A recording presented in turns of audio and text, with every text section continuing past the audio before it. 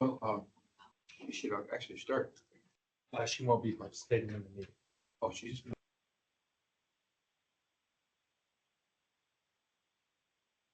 All right, folks. Yeah, 12:30, we'll start our meeting. I'm going to be acting chair today. And would you please determine whether a quorum is present? Yeah, happy to do so, Vice President Deere, Director Tommy Favai, Director Desi Alvarez, Director Scott Houston, Vice President Don Deere. Here. And worth noting, President Gloria Gray has joined us via the phone and will be listening in, but will not be participating in the meeting today. Mr. Vice President, we do not have a quorum, though this meeting only entails a couple of discussion items for review. And so with that, we are ready to proceed. There are no action items planned. No problem. We will then go on to item 3, public comments. Mr. Vice President, we have not received any requests for public comment, though this meeting has been held both in person and virtually. If there's any member of the public that would like to speak under public comment, please indicate so by raising your virtual hand. All right, we'll go on to item number 4, which is discussion items. Item A. Yes, Mr. Vice President, item 4A is a discussion of a conservation outreach campaign update. And for this presentation, we do have Teresa Gonzalez Robertson, Principal Public Affairs Representative for Metropolitan Water District. And with that, I'll hand it off to Teresa. Well, happy to be here today to share an update on our conservation outreach activities related to a commercial, industrial, and institutional campaign and the continuation of our residential advertising efforts. Please.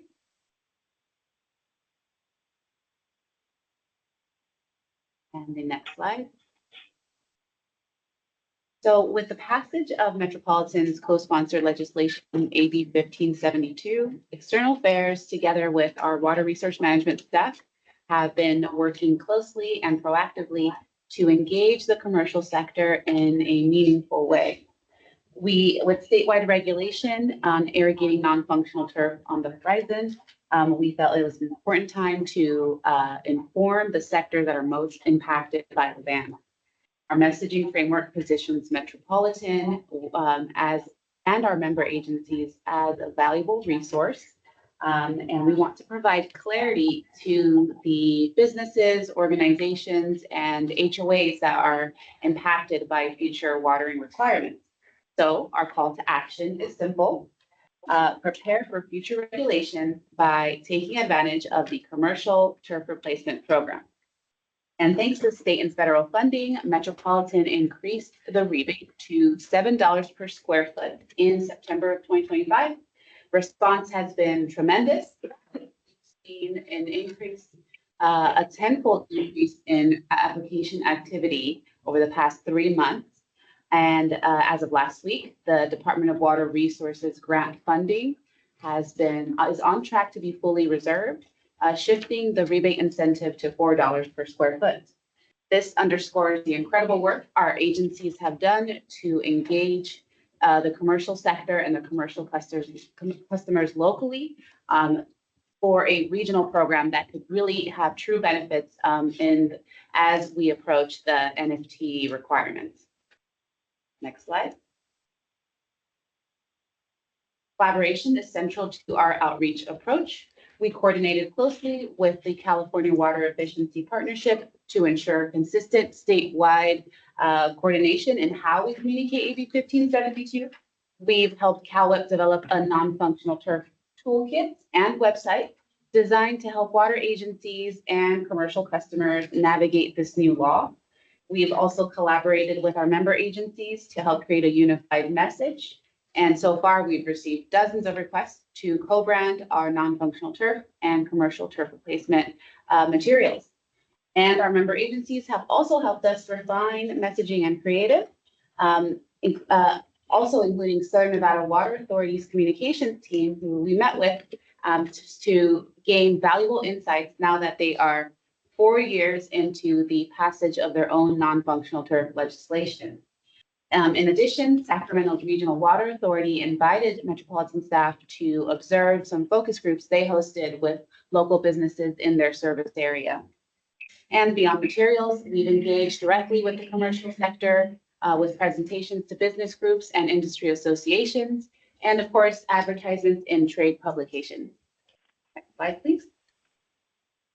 And now I'm happy to present you with the creative assets for the campaign targeting the commercial, industrial, and institutional sector. This art and messaging are a culmination of the past 7 months we've spent workshopping tone, text, and language, from billboards with direct wording to fact sheets and mailers with expanded information and details. Every statement is intentional with awareness at the center.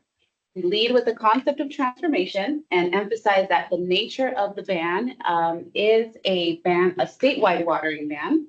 Viewers are directed to a landing page where they can learn more about the ban's requirements. And that serves as a direct launching pad to CalWEP's non-functional turf website, where consumers can learn about local ordinances and other available resources to them. Assets are available to our member agencies in multiple platforms. And we've also animated one asset, and I would love to display that now. I will mention that all of the creative is developed by Metropolitan's creative design team in-house. So I'm happy to share what we animated.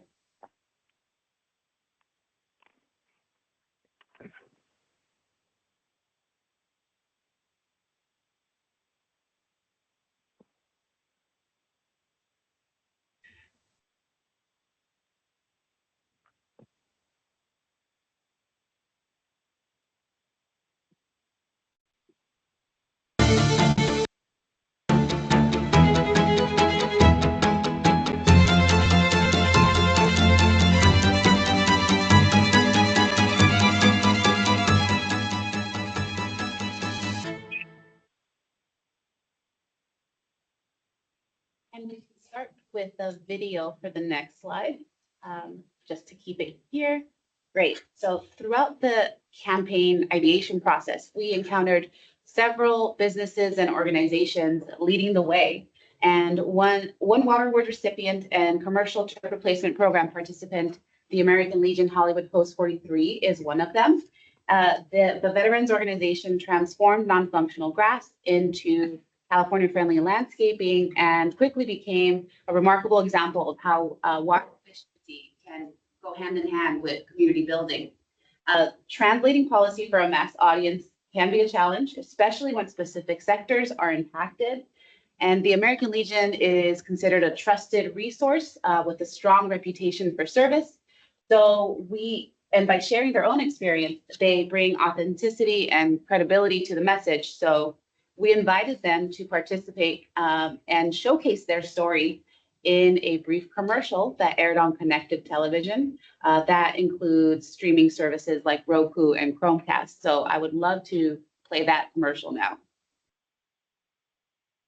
I'm with the American Legion Post 43 here in the heart of Hollywood. In 2027, a new California law bans watering unused grass on all commercial properties. That includes businesses, office parks, and HOA common areas. So we took out our lawn and replaced it with beautiful, water-saving, California-friendly plants. Now, we're ahead of the new law. And thanks to my water agency's generous rebates, it didn't cost us anything. But funding is limited. Reserve your rebate today. Go to bewaterwise.com to learn more. We kept it simple, succinct, and just let them tell their authentic story. So it was a great response to that commercial.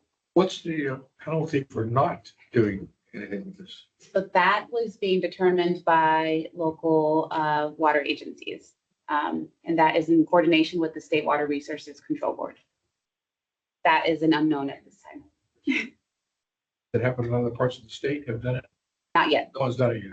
California Water Efficiency Partnership is keeping track of this information, and we'll have all of those resources available on the new statewide website they created.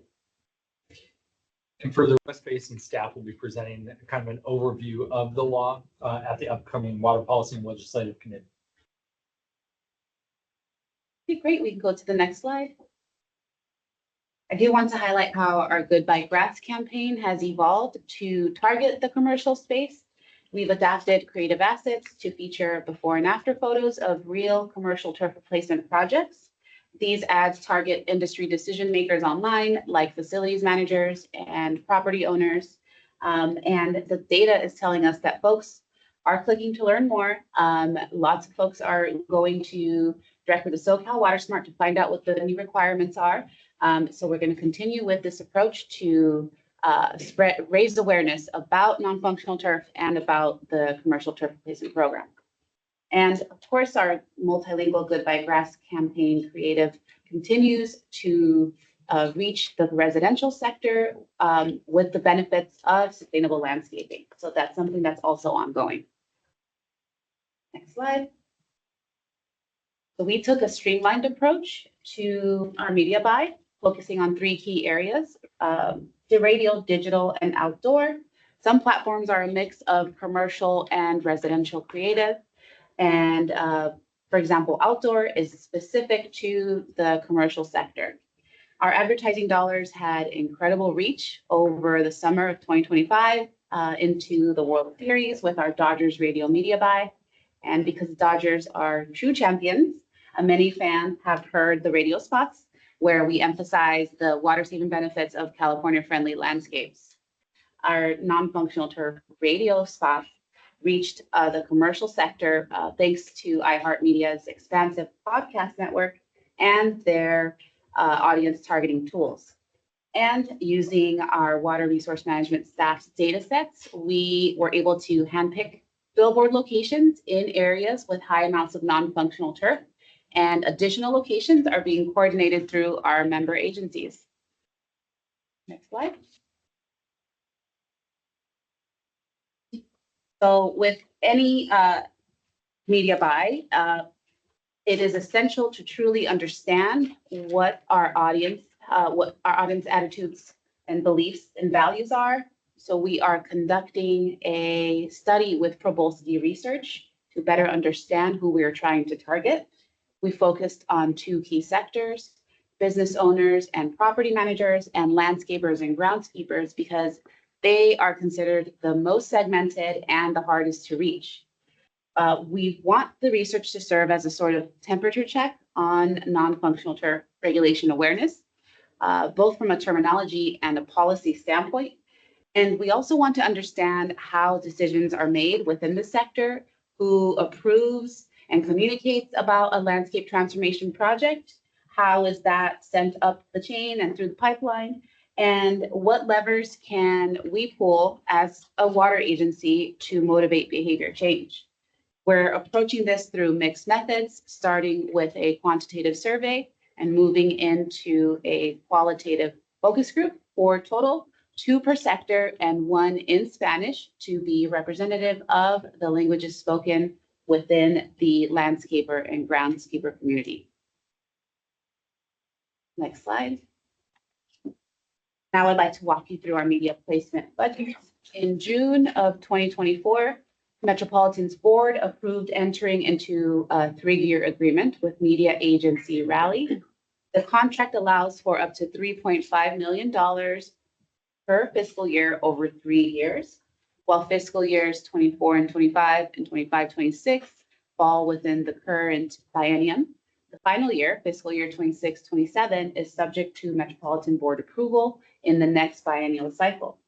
Last year's spend totaled half of the available budget, leaving about $1.8 million remaining.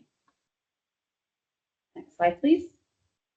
And here is a snapshot of committed spend covering July 2025 through January 2026. The media plan I mentioned earlier will not exceed $1 million, leaving about $2.2 million remaining for the spring and summer of this year. While we are still determining what that media buy and strategy will look like, we will be leaning on research results, our member agency input, and board direction to inform our next steps. And next slide. This concludes my presentation. I'm happy to answer any questions you may have. Very, very clear and very concise. Thank you. Thank you. Any questions, anyone? Did have a question. Sure, go ahead. I don't know, maybe this will bleed into the second presentation, but have you found what part of the message has resonated with the public? Specifically, you saw the increase in the applications for rebates tenfold. Is it just the dollar amount that's pushing that, or is there specific messaging that you're finding that works within the communities? So we have lots of data for residential, what resonates with residential customers, which is always evolving. Can go from altruistic message to a message with urgency. We've historically not explored that type of messaging with the commercial space. What we do know, and that's why the research will really inform what the different iterations of the campaign will look like. What we do know from the incentive increase is that $7 works, and that is a motivator. What that looks like for the shift to $4, we will continue to track. But we will have that information with the focus groups and the survey, a little bit more information about what would be considered a motivator in terms of messaging, specific to this sector. We went with this approach because from insights we gained from focus groups with the Regional Water Authority and from conversations we've had with industry leaders. So went with a streamlined approach that has a date, that has specific language. We changed non-functional turf to grass because that was more clear and concise, and also included information to clarify that this is indeed a watering ban. It is not a ban on the turf itself. So that is what led us to this messaging that you currently see on this campaign. That's great. And then the other thing is comment with maybe a question to it.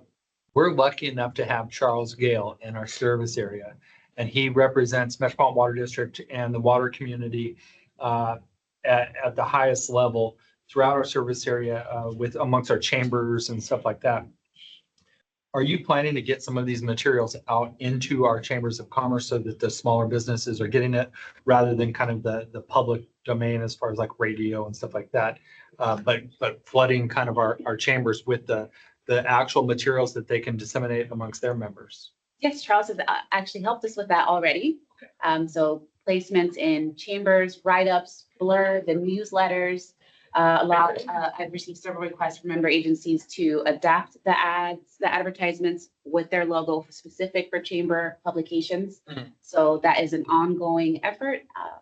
And we provided articles to the different industry associations and groups. So that's ongoing and part of the overall communications plan. And Charles is doing a great job because he's been on this and been doing it for a while. Anyone else? In the back there, sir? Thank you, Teresa. I had a question. So we're a year out from the public agencies first, being subject to this new law. I'm curious if Metropolitan has or plans to do any outreach to that segment. Specifically, I know you've developed some like fact sheets and work with Caucus. Those are really good, and we plan on sharing those out.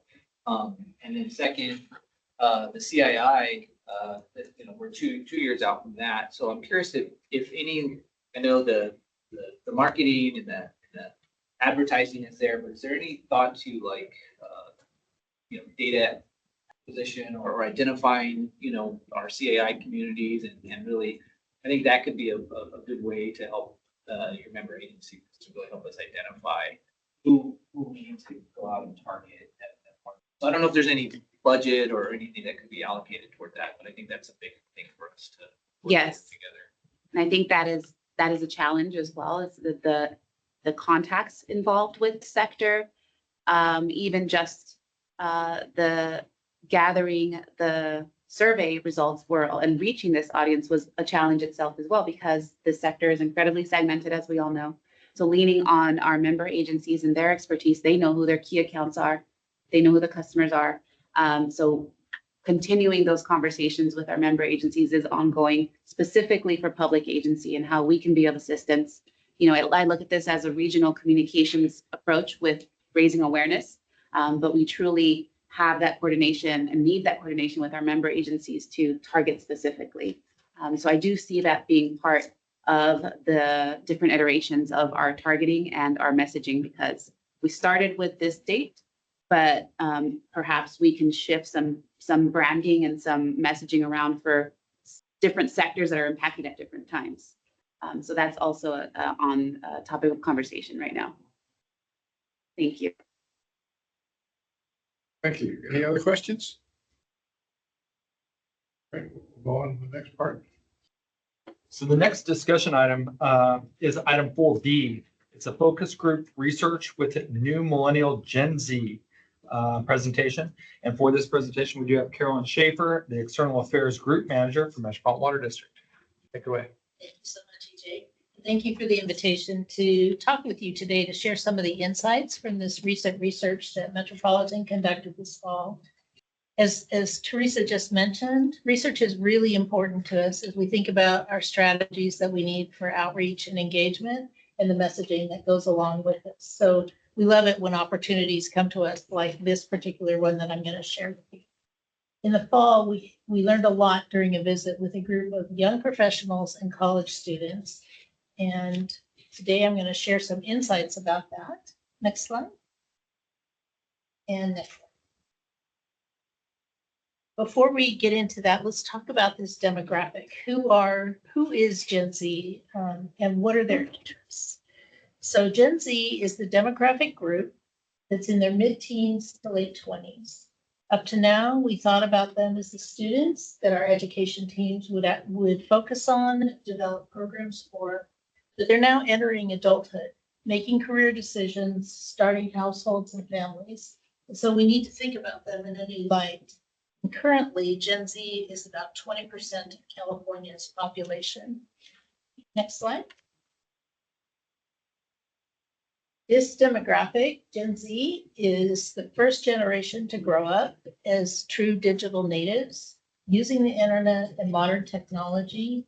They've grown up with smartphones and social media, and they also dealt with the disruption of COVID to their education in their high school years.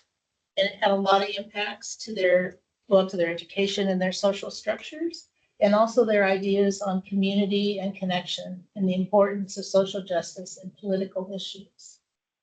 And interestingly, this group is more likely to have a parent that is foreign born than any other demographic that we have right now. And they're also looking at those who are coming after them. So they are all very interested in helping Gen Alpha. That is the demographic that's coming up next. Next slide.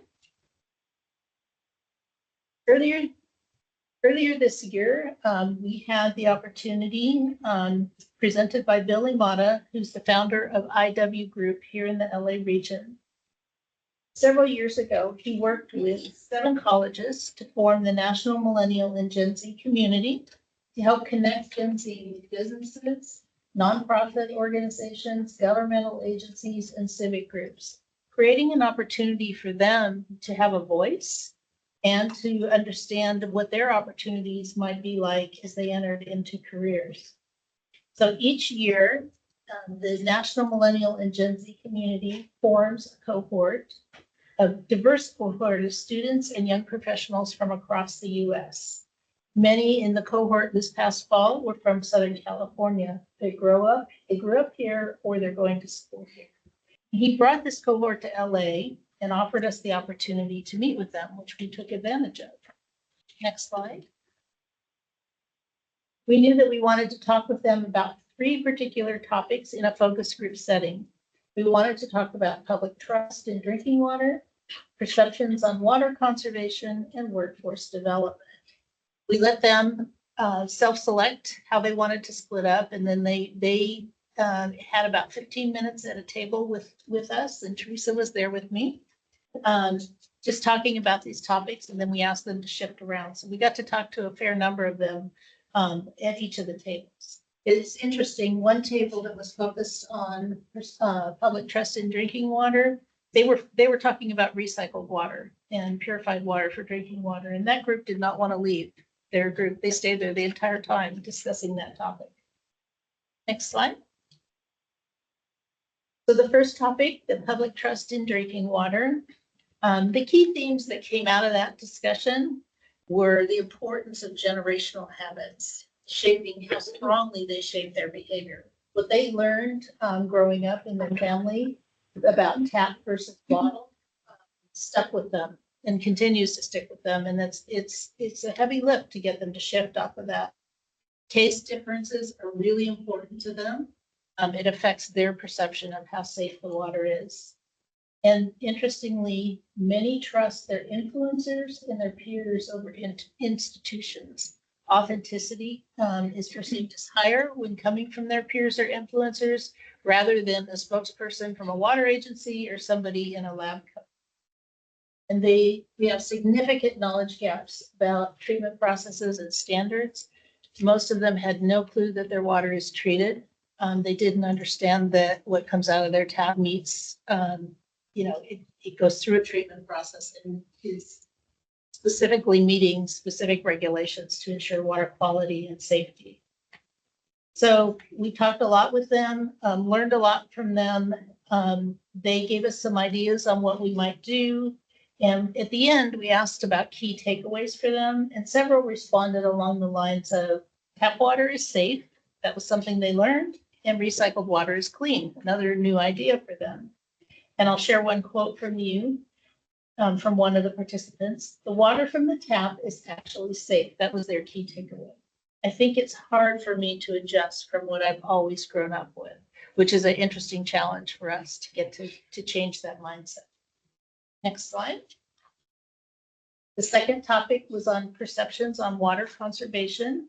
Again, we learned a lot from them, but I think what was very pleasing to us was how much they remember what they learned growing up about water conservation, particularly the ones that grew up here in Southern California. We've done a good job, and our investment in education has paid off.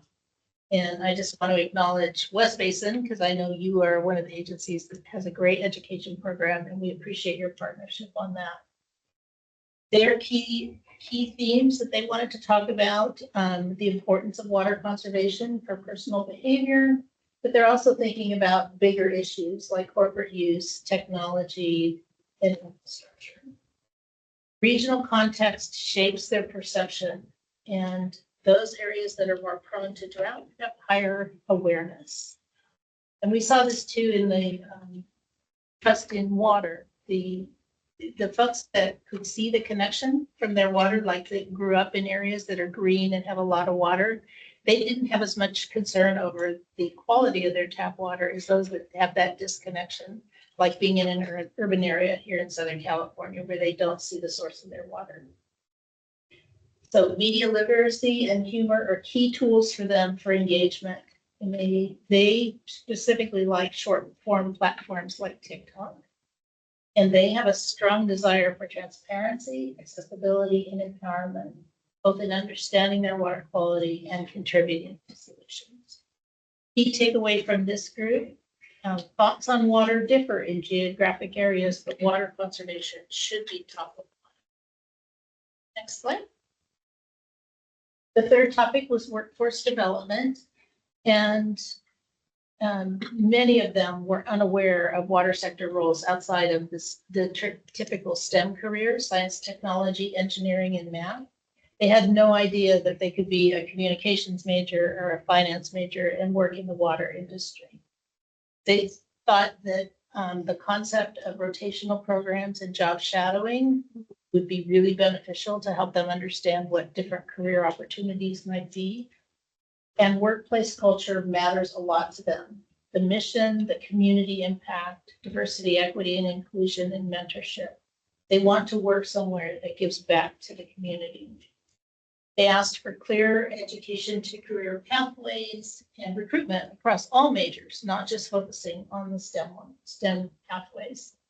And there's a branding issue that we have. They perceive public agencies as very rigid.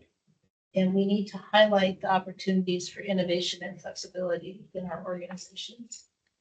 Next slide. So to sum it up, the key insights for us, it's authenticity over authority. They want to hear from peer voices and creators that drive credibility.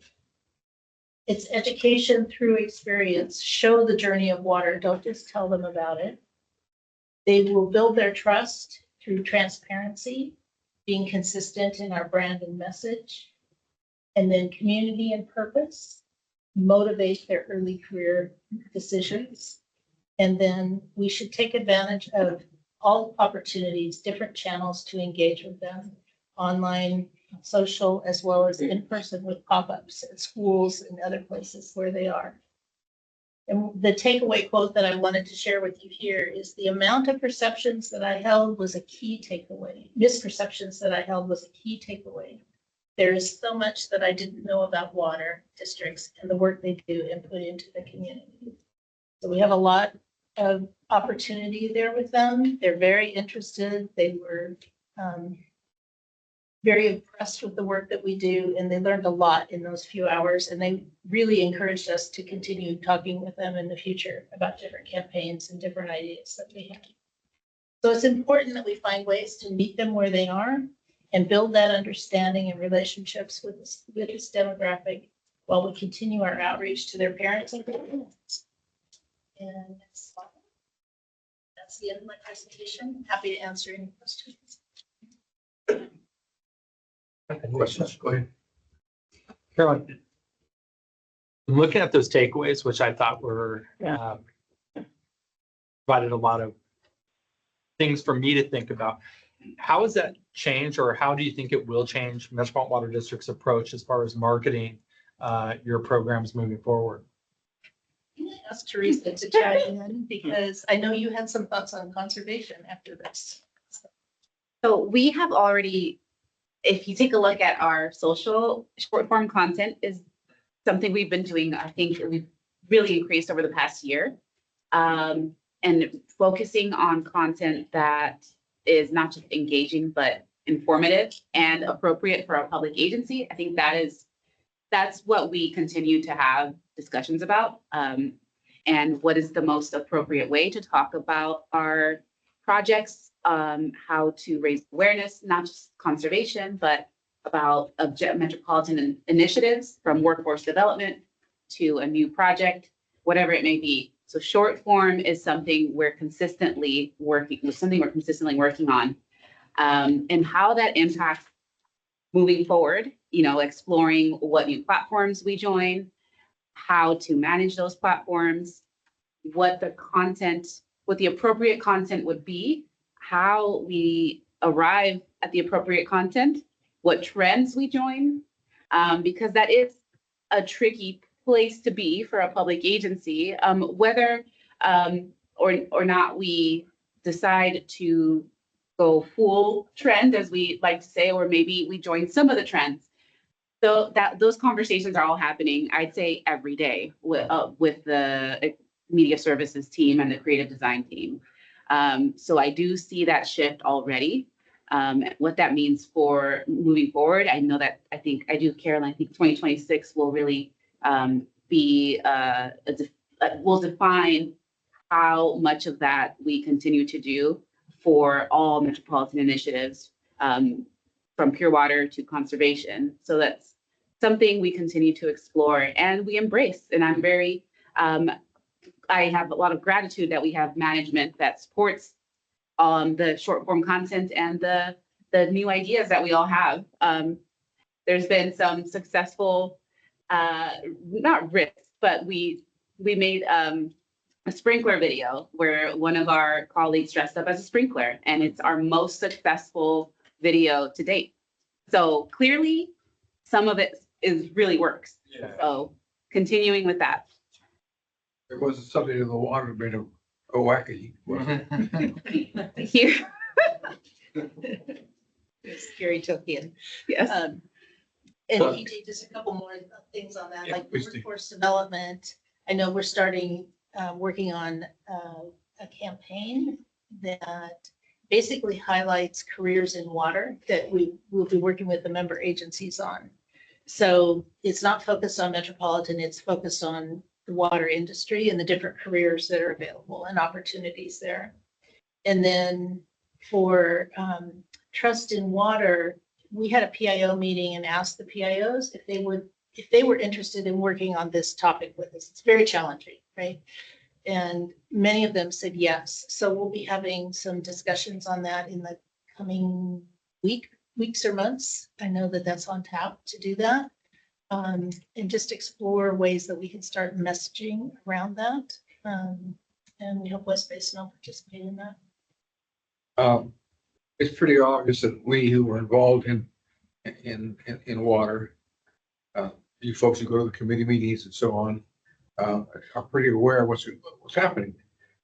Unlike the general public, as the point you made today, it would be very good if we could expand the knowledge about what the whole water system situation to the general public, so it would be easier then to pass necessary reforms and so on as time goes on.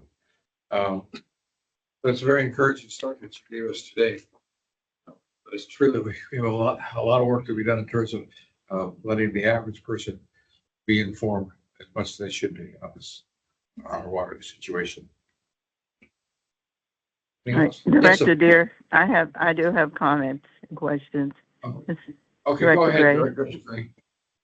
Thank you very Go much. ahead. First, Carolyn, thank you so much for that presentation. I'm so happy to hear that there was a focus group outreach on water. And what I think is very important that I learned from the presentation is that this particular generation, as well as the public, really needs to learn more about water because people just do not know. And certainly in this particular focus group that came out of it, and careers in water. So I'm very happy to hear what you said, that there is an effort to focus on careers in water, and most of the folks on this line know that's always been a focus for me, is that people need to know, young people need to know that there are opportunities in water, because we really need to focus on our next generation of water leaders, and that can't happen unless we have a program that focuses on, making sure that those need to learn about careers. The other thing, I think I heard someone, I don't know if it was you, Carolyn, and some other lady that talked about how to incorporate learning more about water in our programs, and somebody asked that question. I think that's a great question, because we need to incorporate in our programs about building trust, and only trust can be built with people knowing and having that knowledge. And so to me, that's very important. So thank you for that particular program or presentation today. I do have a question about the focus group. I know you mentioned that it is a particular group, it's diverse, but I want to know how much, if you could tell me that there was an outreach to those in South LA, in South Central South LA, some of those areas that I know are not aware of what's going on in water. So Director Gray, the cohort was put together by the National Millennial and Gen Z community. We weren't involved in that. And they develop that cohort through the colleges that participate in their program. So I can't speak to the outreach in that part of our service area. But do you know the colleges then that were outreach to, the colleges? Do you know them at all? I could find out for you. I don't have it with me. Okay. If you could let me know, that would be very helpful, because that would tell me something where they did the outreach. But thank you very much, both of you, during the presentation today. Very informative from everyone from MWD, but thank you very much. You're welcome. So you had a question? Yes, thank you.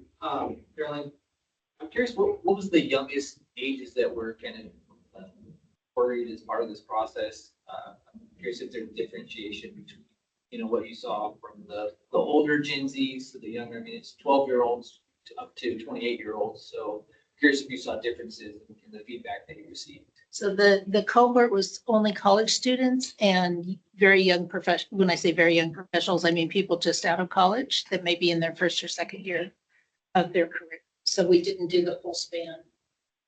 It was focused on that. Anything else? Mr. General Manager, do you have anything? No final questions, just a thank you to Metropolitan Water District. You guys have an amazing outreach and external affairs team, so we're grateful for it. The usual excellent job. Thank you very much, both of you, for coming. And there's no further business for the committee. This meeting is adjourned. Thank you, everyone.